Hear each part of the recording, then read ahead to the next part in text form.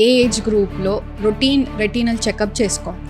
They feel that the child is not seeing properly or straight, then again they need to get eye examination done.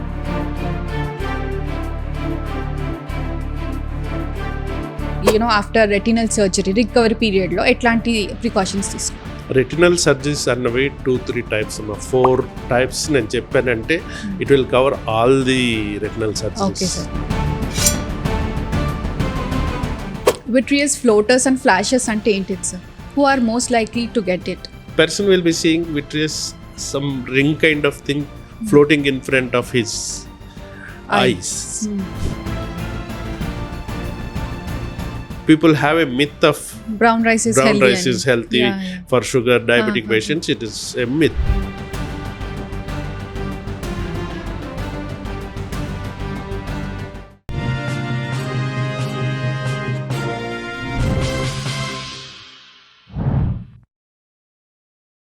Your health, your story. Let's make it extraordinary. Hi, I'm Dr. Manasa Reddy. Today we have Dr. Ajit Babu Majji garu, lead consultant Vitreoretinal diseases, Yashoda Hospitals, High Tech City. Let's welcome him. Hello, sir. Thank you, Manasa. Hello, sir. How are you? I'm fine. Great. Doing great. So, sir, me ఇన్నేళ్ళ ఎక్స్పీరియన్సెస్లో most common retinal diseases ఏంటి మీరు చూసింది, and వాటి causes ఏంటిది? Most common diseases in order of priority are diabetic retinopathy is very, very common. In our country, India considered to be a diabetic capital. Next comes is age-related macular degeneration, because most of the population are now growing in elderly age. So age-related macular degeneration, which is again a good retinal disease which requires a lot of treatments. Then comes myopia. Youngsters who have myopia have high propensity for retinal detachment. Retina, if it detaches, then that person may lose the vision. So we have corrective measures for that. And the surgery can be done and we can retain the vision. In addition to that, there are certain macular diseases like macular hole, macular pucker, which can be treated, and then we can give back the vision to the patient who is suffering with such retinal conditions. In addition to these, there are a group of diseases called hereditary macular degenerations. These comes and runs in families actually. So they have certain kind of management strategies which are different from these other diseases. Okay. Who are most prone, sir? Age group వాళ్ళు? Prone depends on the disease pattern actually. Because diabetics, they have 45 to 60 years is the age group. Age-related macular degeneration, above 50 years is the age group for the occurrences. Retinal detachment, youngsters, mainly 16, 25, 35, like that. And comes hereditary macular diseases. Again, youngsters are much more prone. Second decade is the most prone for hereditary macular degenerations. So most common myths and misconceptions about eye and retinal health ఏంటిది? Major myths are mainly, if you see certain diseases which don't have treatment. In our country, lot of people offer treatments. They also know that it's less likely to work in those conditions. Where there is no treatment, but still they say it. Still, they promise that yes, you will recover vision, and you need to use the medications for a longer period. Like that. Very common disease is retinitis pigmentosa, which we commonly call it as night blindness. That lot of people, they are desperate for the treatments. That's why they go here and there. And most of the doctors, retina specialists, they say what is the condition and how much vision is affected. If no cure is there, then they straight away tell this is not possible. Treatment is not possible. Such people fall prey for other treatments, especially Ayurveda and all.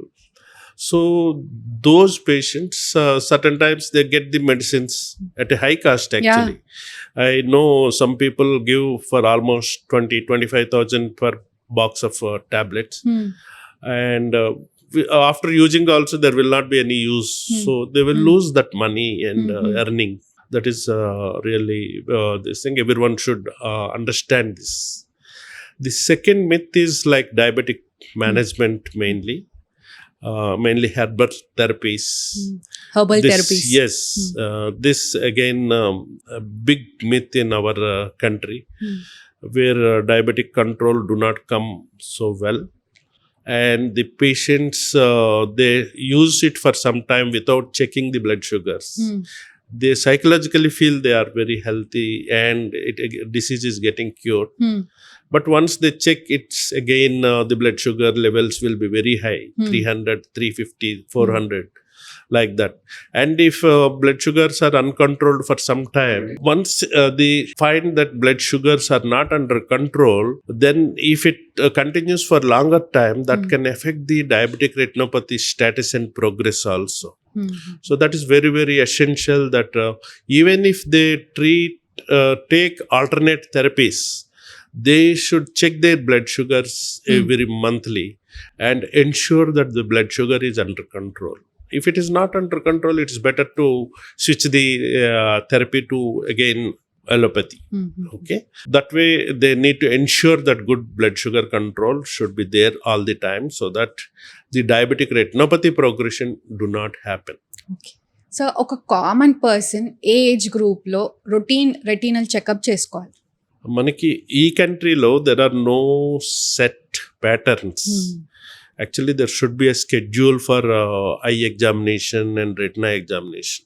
Unlike USA, USA they have their patterns of Certain when patterns to get the examination done. But in our country, it is not there. But through this podcast, I want to tell everyone that everyone should get their children examined just before they go to the school, so that you can identify if there is any defect or anything like that. That becomes very easy for giving the treatments. And if a premature child is there, certainly that child need to be screened for retinopathy of prematurity. That is again a retinal disease where people can have, it is a very deadly disease actually. If we screen early, then we can pick up early stages and do the laser. For whole life they are cured. Okay. That Early is stages the advantage. Okay. The advantage. There are other congenital diseases by getting, if they feel that the child is not seeing properly or straight, then again they need to get eye examination done. Okay. Apart from this, again, if there are no untoward things are happening, then again teenage is another age where they need to get their retina examination as well as eye examination done. After that, there is another important age is around 40. 40, lot of diseases will come now.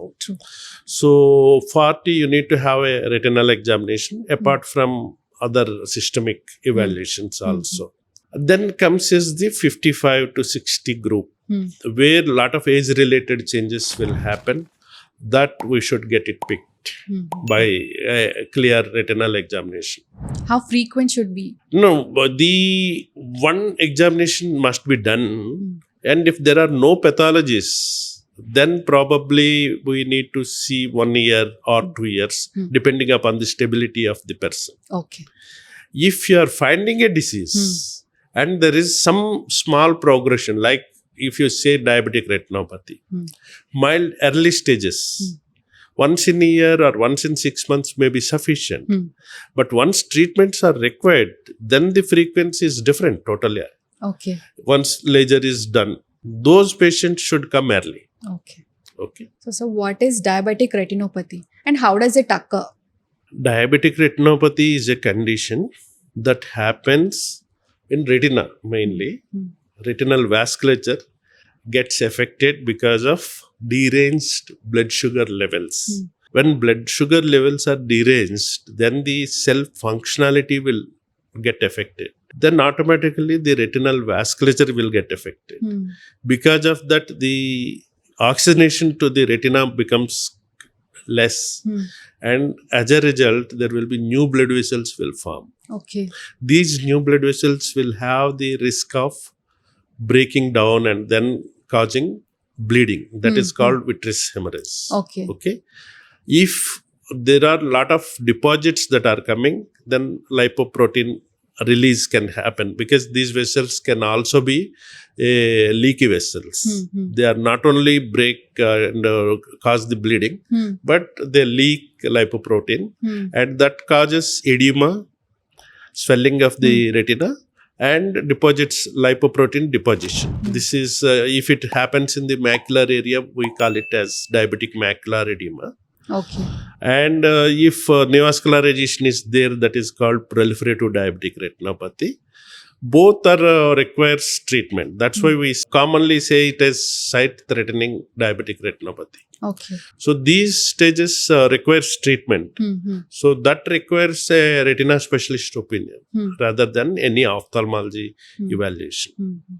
So this will happen only in diabetic patients, right? Most of the time. These diabetic retinopathy per se happens only in diabetic patients, but there are conditions which may mimic diabetic retinopathy. Okay.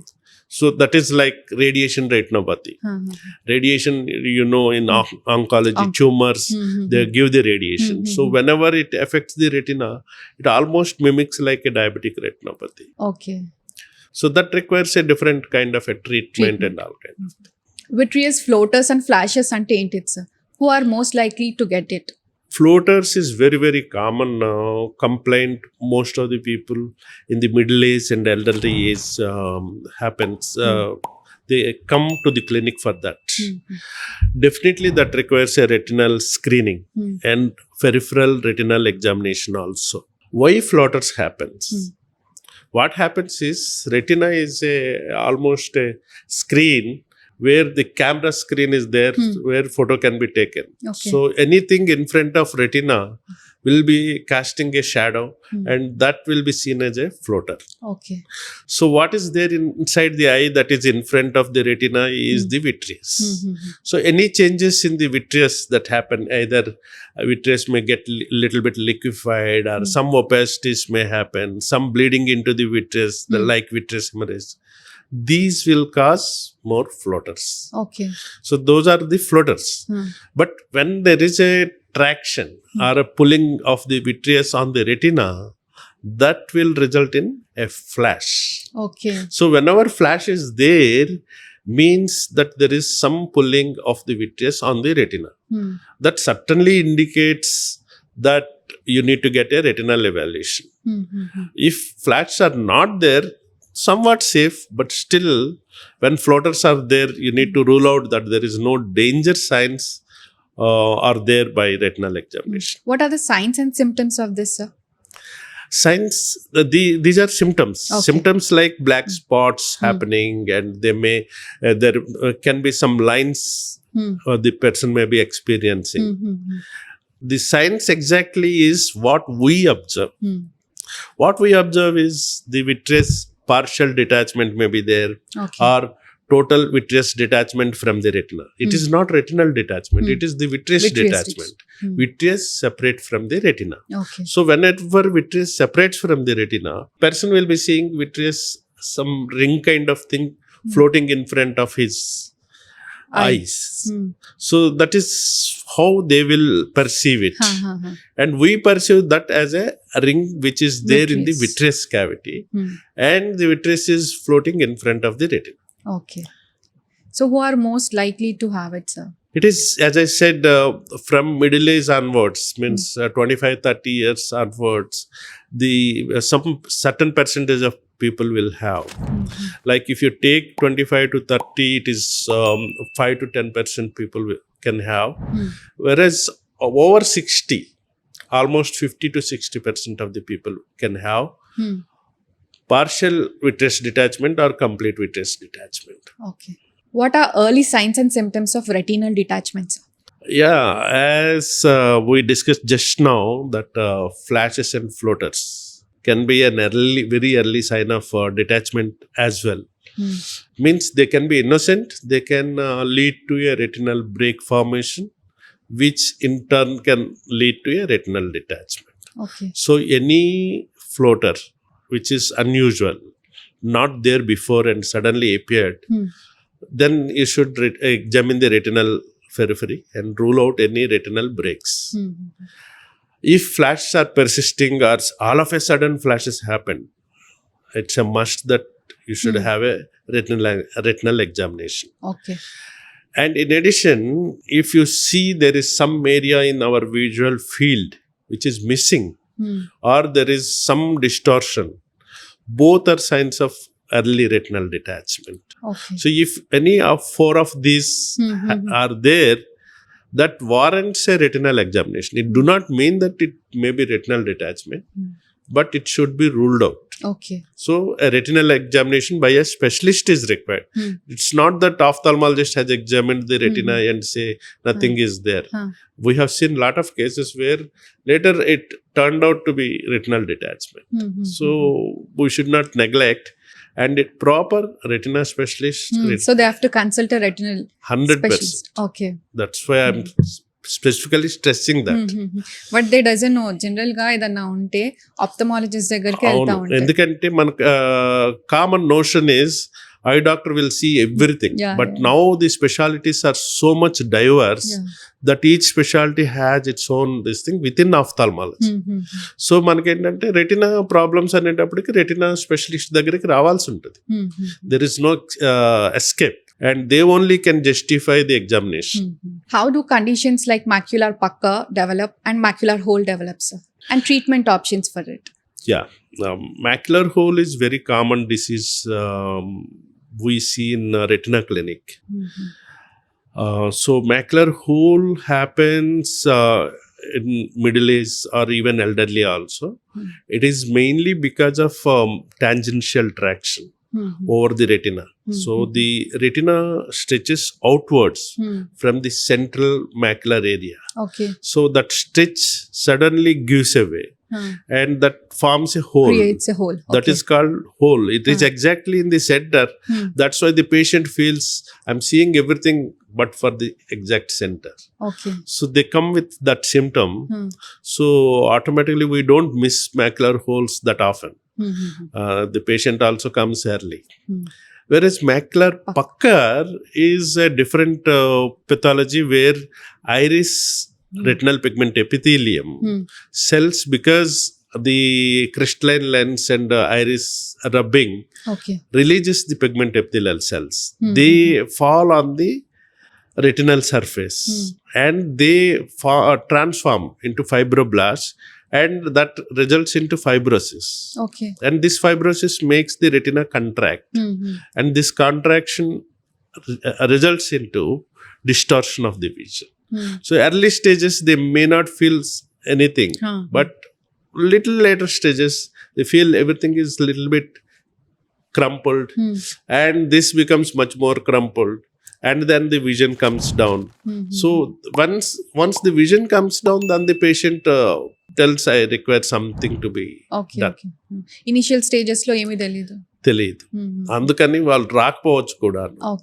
But ఒకసారి macular hole కానీ macular pucker of stage where intervention is required, both require vitrectomy only. But in macular hole, we remove the vitreous. Then there is a membrane called internal limiting membrane that we will remove, and then we put a gas. And after the gas, we ask the patient to lie face down for 3 days, so that the hole gets closed. And the success rate is very, very good. Like 90-95% success rate for closure of the macular hole and improvement of vision by at least 3-4 lines. That is good thing. In macular pucker with epiretinal membranes and all, this is part of the spectrum where vitrectomy and then remove the epiretinal membrane or other contractions which are there, and then you put only gas. Positioning is not required in those cases. So both are successful surgeries and very simple surgeries and easily can be rectified for the gratifying for the patients also. ఏదో problem ఉందని తెలిసినాక delay చేయడమో negligence చేయడమో చేస్తూ ఉంటారు. So అట్లాంటప్పుడు దాని outcome treatment చేసేటప్పుడు ఎట్లా ఉంటుంది? Yes, retinal conditions are very essential medical conditions where they need to seek the medical advice on time and follow the medical advice on time. And if at all any interventions are required, without delay they need to intervene. For this, I will tell you few examples so that even the listeners will understand why it is important. One 60-year-old person comes with sudden floaters, we spoke now, and the doctor said there is hemorrhage, little bit of hemorrhage, Okay. and maybe there may be a break. So you come within 3 days or 4 days. Once the hemorrhage comes down, we will see whether retinal hole is there or not. If he delays, what will happen? The hole may be there, may not be there. Okay. If it is there, then retina can detach. Okay. So behind the hemorrhage, retina will detach. And if it delayed further, then there will be crumpling of the retina. So if you operate at that stage, Early then stage. the vision outcome will get compromised. So when the doctor says 3 days you come for follow-up, they should come for follow-up in the early stage. I have seen one patient where within a week the patient developed retinal detachment. I have called for follow-up in 3 days, 1 week also, because I want to follow the patient till the hemorrhage clears and I am very sure that retina is not affected. Okay, that is the reason follow-ups ఎందుకు అని very అనుకుంటా important. ఉంటారు. Follow-ups are ఎందుకంటే more మేము be important. Scan చెయ్యొచ్చు, but clinic లో ఉండేటప్పుడు be scan అన్నది మనకి ఏంటంటే రెటినా అటాచ్ పొజిషన్ లో ఉందా లేదా అని చూడడానికి కోసం అది చెయ్యొచ్చు. కానీ ఆ రోజుకి అటాచ్ ఉండొచ్చు, ఇంటికి వెళ్ళాక అటాచ్ లేకపోవచ్చు, డిటాచ్ అయిపోవచ్చు నెక్స్ట్ డే ఆ తర్వాత రోజు. మరి వాళ్ళు అక్కడి నుంచి లేట్ చేస్తే చికాకు, అందుకోసం. ఓకే, సో మీరు ఇప్పుడు చూస్తే ఈ జనరేషన్లో పిల్లలు ఎక్కడ చూసినా గ్యాడ్జెట్స్, టీవీ, మొబైల్స్, ట్యాబ్స్ ఇవన్నీ పట్టుకొని ఉంటున్నారు. ఇది కాదన్నట్టు ఇప్పుడు ఇంకా 3D మూవీస్ కూడా వస్తూ ఉంటాయి. సో హౌ సేఫ్ అదే ప్రొలాంగ్ స్క్రీన్ టైమ్ ఉంటే ఎట్లా రెటీనా మీద ఎఫెక్ట్ పడుతుందా? రెటినా మీద పడుతుంది, కంటి మీద front part that is cornea మీద పడుతుంది, అయితాలకు డ్రైనెస్ అంటే నార్మల్ టియర్ ఫార్మేషన్ దాని మీద పడుతుంది. వీటన్నీ చూసుకుంటే డ్రైనెస్ డ్రై అయి ఒకటి వస్తుంది. రెండోది ఏంటంటే there can be induction of myopia. Myopia means minus power రావడము. మయోపియా వచ్చిందంటే ఆటోమేటిక్ గాను మీకు చెప్పాను మళ్ళీ రెటినల్ లీజన్స్, దానివల్ల మళ్ళీ రెటినాకి ఎఫెక్ట్ రావడం అన్నది జరుగుతుంది. ఇది కాకుండా గాను the light which is coming from the gadgets, that can be harmful for the photoreceptors.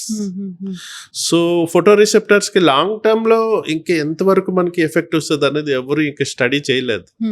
ఇవన్నీ recent introductions.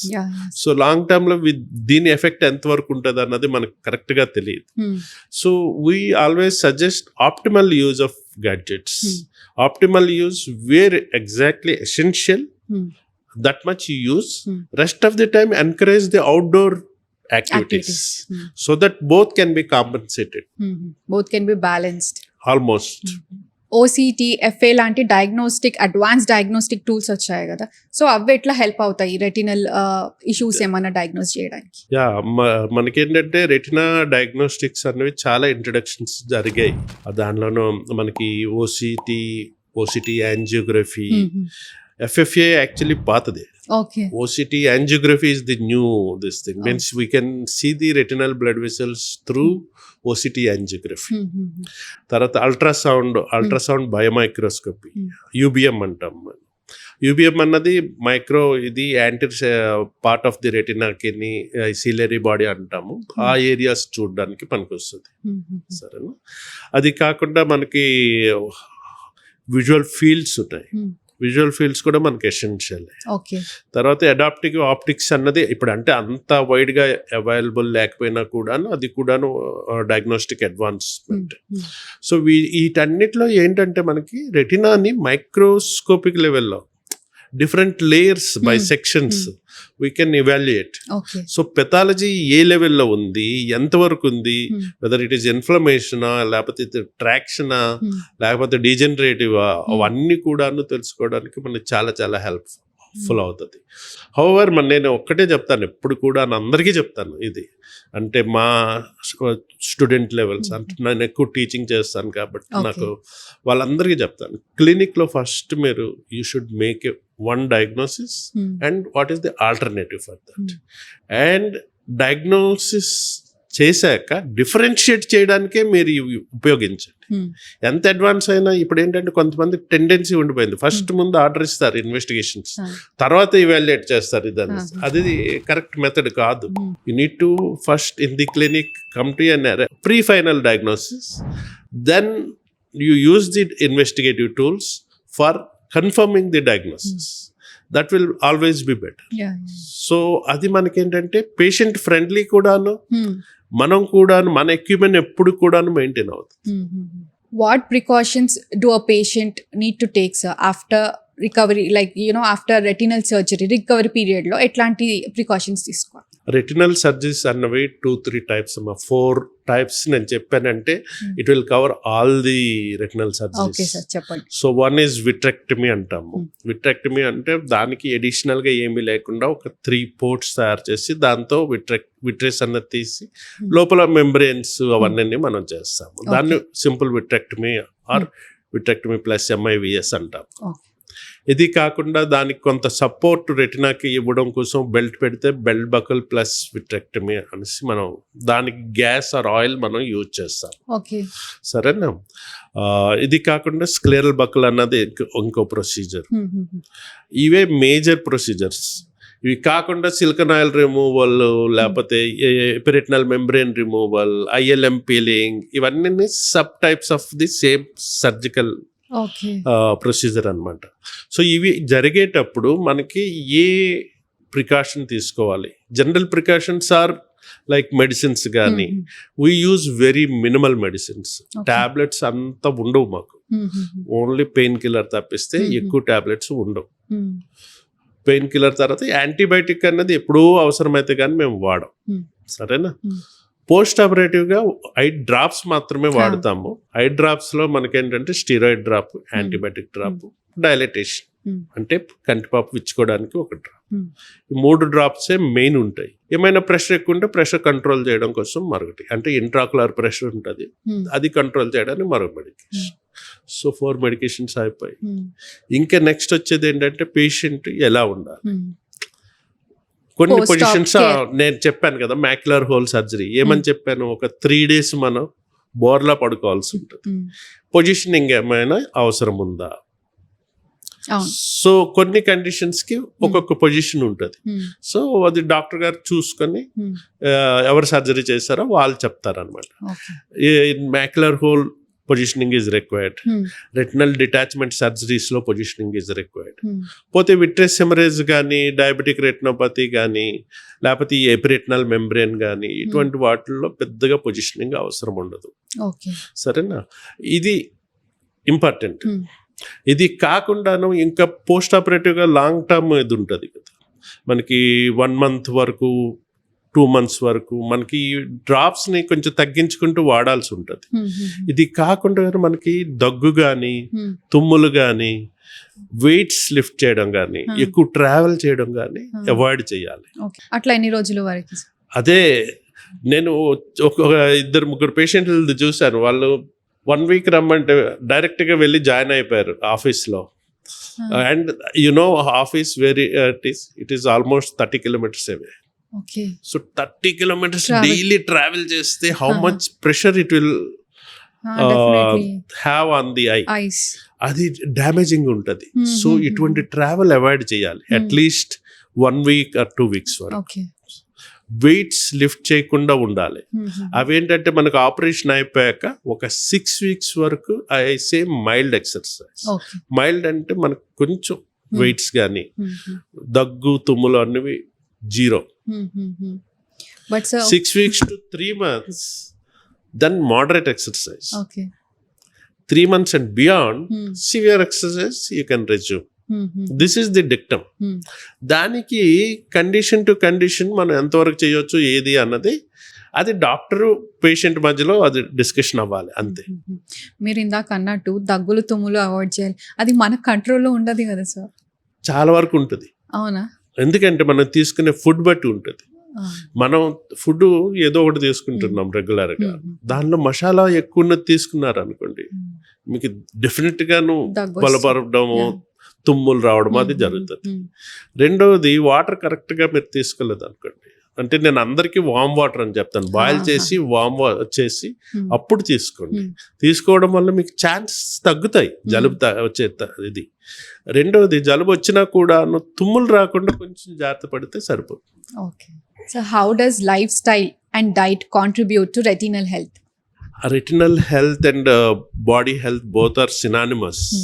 So in diabetics, I always say that they should have a physical activity, good physical activity, and a planned dietary intake. Means rather I actively propagate multiple time food taking rather than 3 times, standard 3 times. Smaller quantities and multiple times, so that gaps will come down and the quantity will reduce, so that postprandial sugar will not rise. Once the gaps are small, fasting sugar also will not come down. Too much low sugar will not happen. So once you cut that, the fluctuation is less. The fluctuation of sugar is one of the reasons for progression of diabetic retinopathy. Okay. So in controlling diabetic retinopathy, that is very helpful. In addition to control of blood sugar, obviously. So that is one. Okay. So lifestyle, yes, walking need to be done at least 40 minutes to 1 hour. Okay. Okay. And dietary, this thing. In this, one thing I want to stress is predominant rice eating should be quit. Okay. Big quit. Because we have the habit of eating rice only. So they should stop eating rice. In addition, brown rice also not good. Okay. People have a myth of brown rice is healthy for sugar diabetic patients. It is a myth again. Okay. A small myth, but myth. It contains fiber. So the digestion happens better.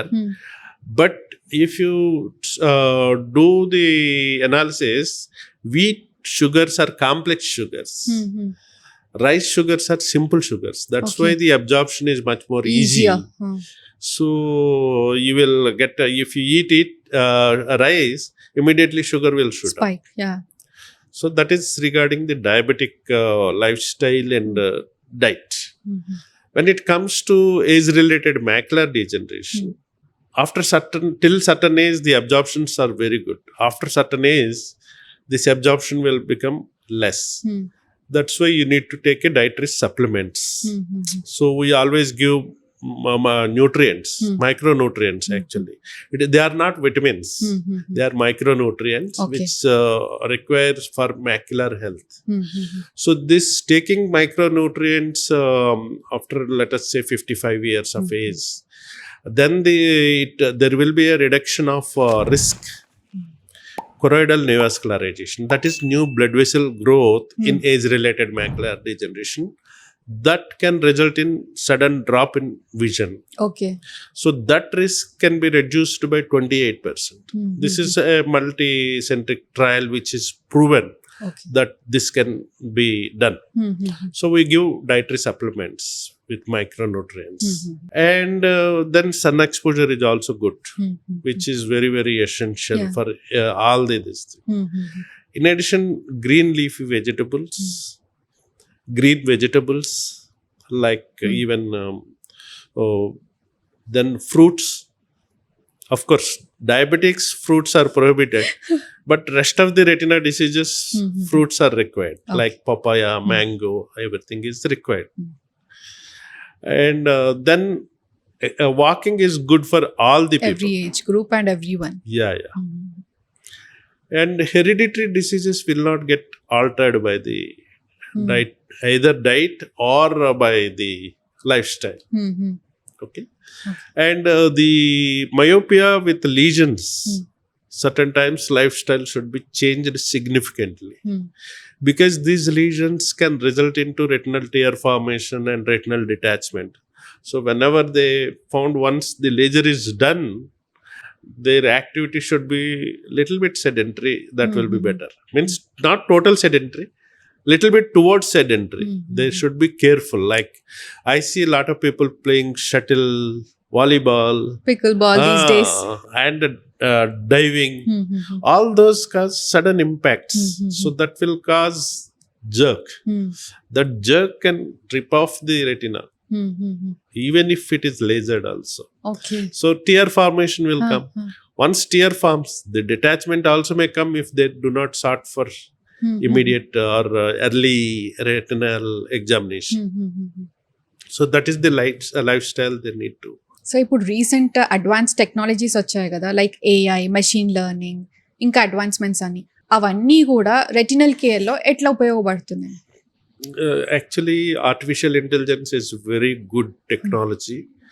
People are not understanding it properly. They are not taking it in a positive way.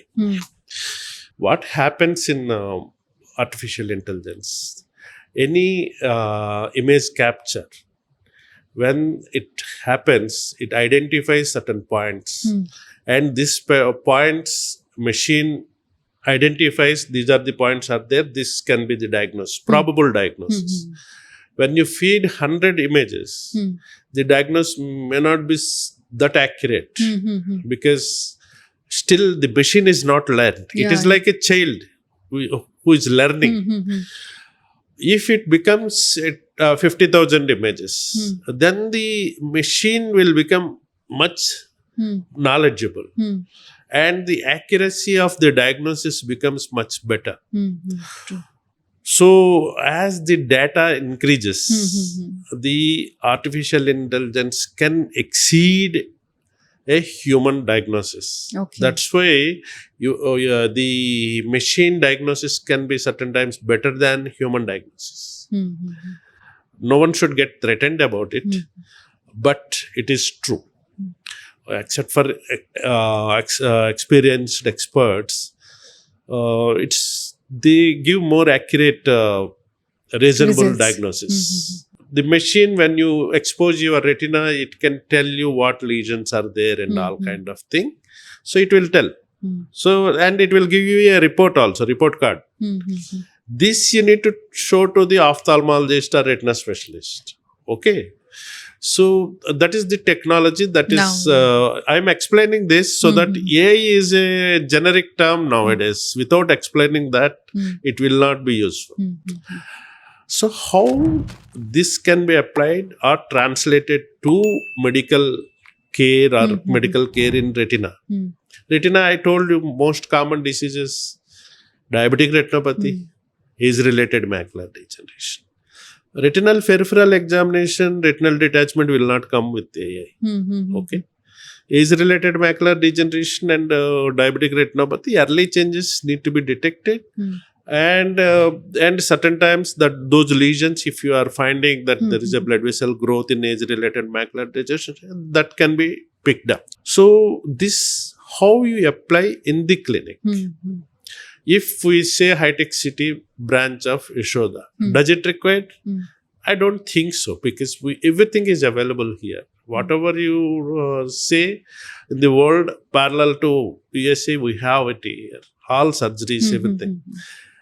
But where it is not available, in the periphery, that's where AI is very, very useful. You take a photograph there and send that photograph. See, we always left and right use WhatsApp messages. So you take the photograph and send. Then a rough diagnosis can be made by the person sitting here. And we will say this person requires screening. This person do not require screening. So half of the patients we can screen from here, sitting here, and say that, okay, this is not required. So let them follow with you for 4 months or 3 months or 6 months. And the patients who require immediate evaluation or treatments, those we can indicate to the person who is sitting in the periphery to send it across to our center. Are they available now, all this like AI, machine learning and all? AI is not a machine. I'm telling that. This is direct connection we can have. This, we need to have a network. If we can connect, the image capture can be done in the periphery. That requires a simple fundus camera. After the image capture, you can transfer the image to the center. Once that is done. Your AI is almost done. Okay. Right. And for people, we can do a mask screening. Yeah. See, if one individual sitting, probably he will screen 100 or 200 people. But if multiple people are taking the photographs in multiple places, they all can come and you can quickly screen these photographs and say, these are required for treatment. This is not for treatment, only for screening. Yeah. It is very it is simple. easy. Yeah. Very easy. So sir, ఈ podcast through మీరు మా viewers కోసం ఎట్లాంటి message ఇవ్వాలనుకుంటున్నారు? My message, I love people, first of all. That is my big message. And I love their retinal health also. That is also important. So through podcast, I already told several things actually. Retina is much bigger subject, but I covered as much as possible. But everyone should be health conscious and retina health conscious. There are two different things. General body health conscious is one, retina health conscious. With this podcast, at least I throw some light onto the retina health conscious. So you also must have learnt a lot of things. Yeah. So if they have any additional this thing, feedback or anything like that, we can definitely support them. But I always see patients by appointment only. Okay. So I respect my time. So hope they also respect my time and their time also. But definitely I promise best of my services to them. And they should not neglect their retinal health. That's very certain. Thank you so much sir for sharing your time and knowledge with us. And చాలా awareness కూడా ఇచ్చారు మా viewers కోసం. Thank you so much. Thank you.